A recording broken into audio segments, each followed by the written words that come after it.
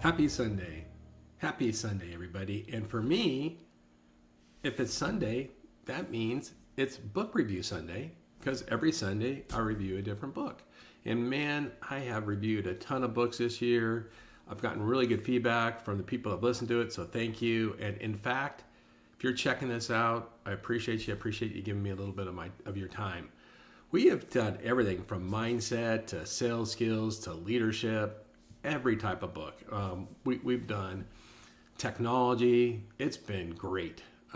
This week, I'm going to really step out of my comfort zone because I'm going to cover a topic which I'm obviously not that good at, that I obviously need to get a lot better at, and which you're going to come to see I have a hard time really understanding. So I'm going to get to it this week. And by the way, so in preparation for today, not only have I listened to the book, and then read the book, but I need to spend a lot more time in the book because I need to take detailed notes in order to really capture it all. But I have my book review all set up here. It's about 6 pages. I have some highlights that I don't want to give away the secret to yet. And then I have a whole different sheet of highlights. So I got about 20 pages of notes. I'm going to try not to look at my notes, but if I do, don't blame me, and you'll understand why in a minute. Because today I'm going to talk about 1 Million Followers by Brendan Kane. That's right, 1 Million Followers by Brendan Kane.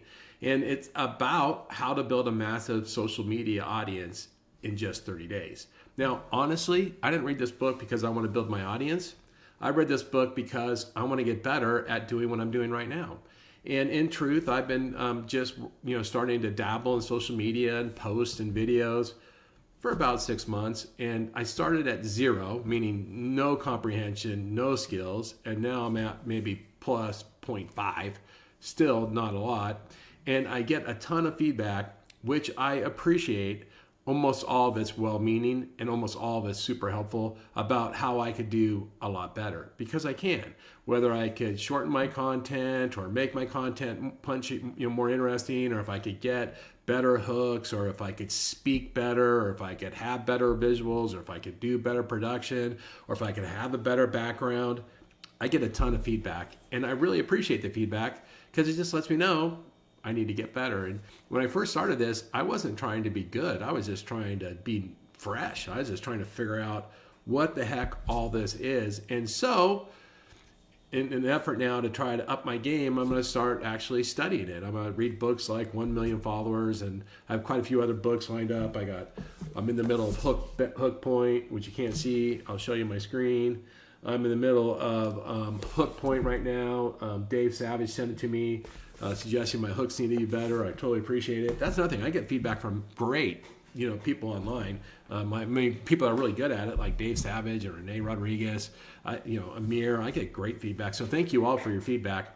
So I'm going to cover this book. This book is really interesting, and I don't even know how to cover it because, I have a summary of every chapter and kind of what the key points were in each chapter, but even after listening to the book 1.5 times and reading through the hard copy in order to create my notes, I still don't have the greatest grasp of all this stuff. So, what I thought I'd do instead? I thought that I would just speak to the advice or some of the points for each of the different social media mediums, and then also speak to how you might be able to build your audience on each one. And that's the first thing. I don't really understand the difference between Instagram or Facebook, LinkedIn, YouTube. I didn't understand the difference nature of the audiences, or which type of content works best on each platform, or how to connect with the people that actually are vibrant on those platforms. I didn't understand all that. This book kind of explains it to you, like why do you go to Instagram and who you're trying to connect with and what kind of content works best and what kind of style. So it breaks it down by platform. And then the other thing it does, it also speaks to how do you build an audience by each platform type.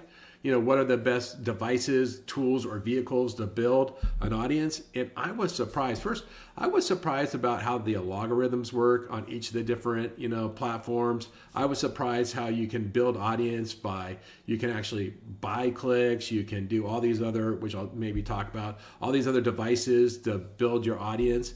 I wasn't aware of all that. My hope is my real hope is to put great content that mortgage and real estate professionals, and by the way, home buyers and homeowners can use. Content that they may not get someplace else, that's easily digestible, that's actionable, that really just supports the American dream of home ownership and the related wealth through real estate. And so that's my hope every day when I go on LinkedIn or every day when I go on these videos. I just want to show, hey, this can help you. This might give you a better understanding. This might be a strategy in support of home ownership. That's my goal. And so I'm not terribly worried about my audience size, but I do want to be effective when I'm on time here because I want to respect your time.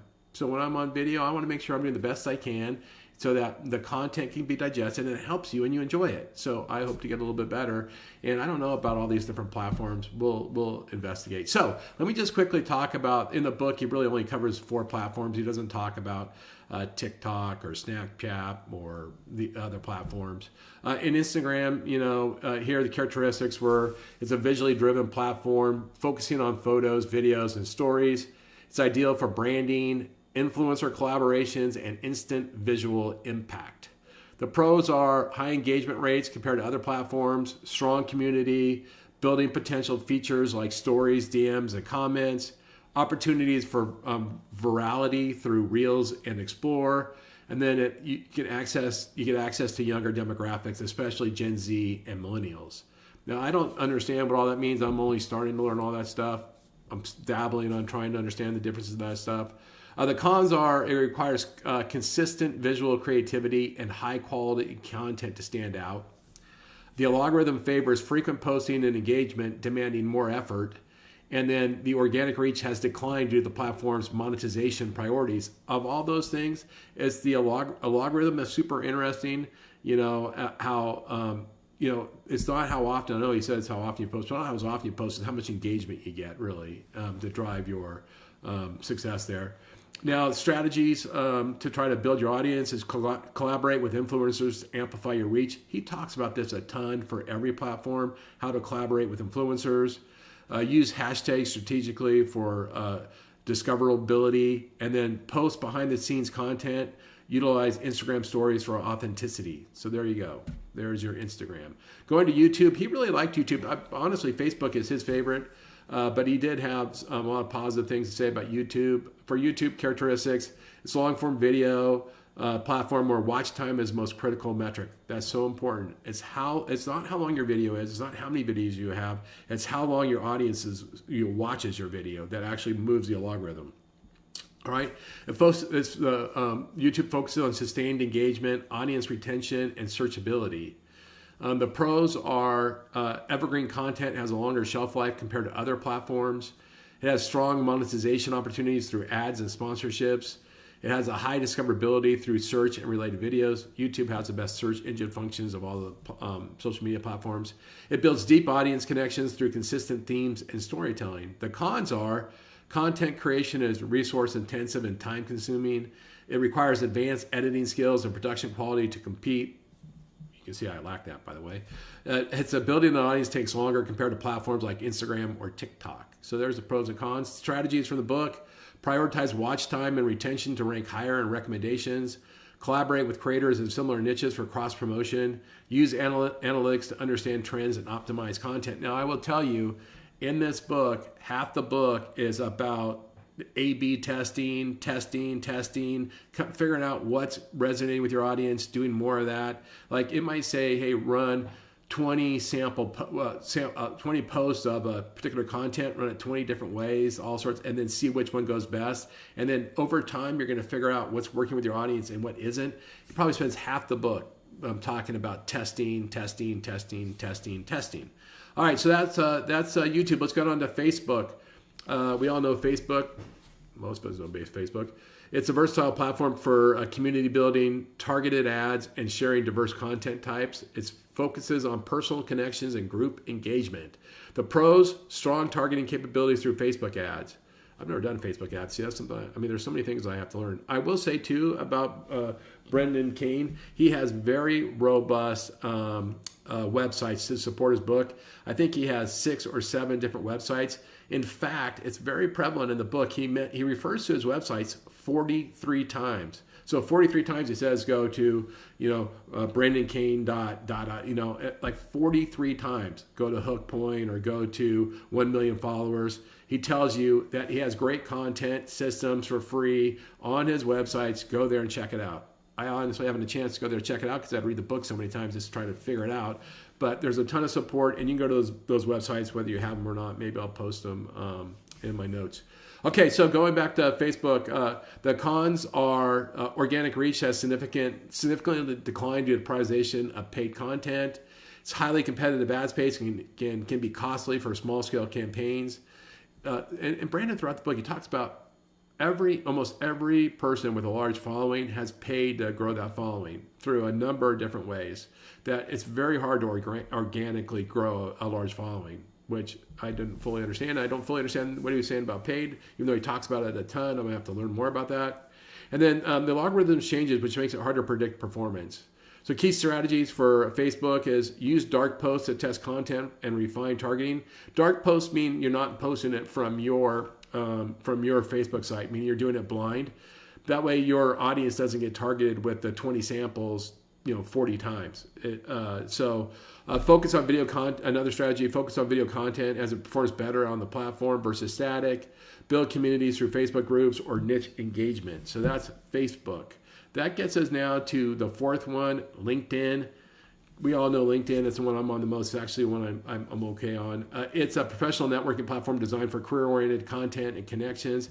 It emphasizes B2B opportunities and thought leaderships. The pros: high organic reach compared to other platforms, strong for building authority and generating leads in professional spaces, hyper-segmented audience targeting for ads, engages a business-minded audience with significant purchasing power. He also says the best thing about LinkedIn is you can target, leaders of you can get to leaders in companies.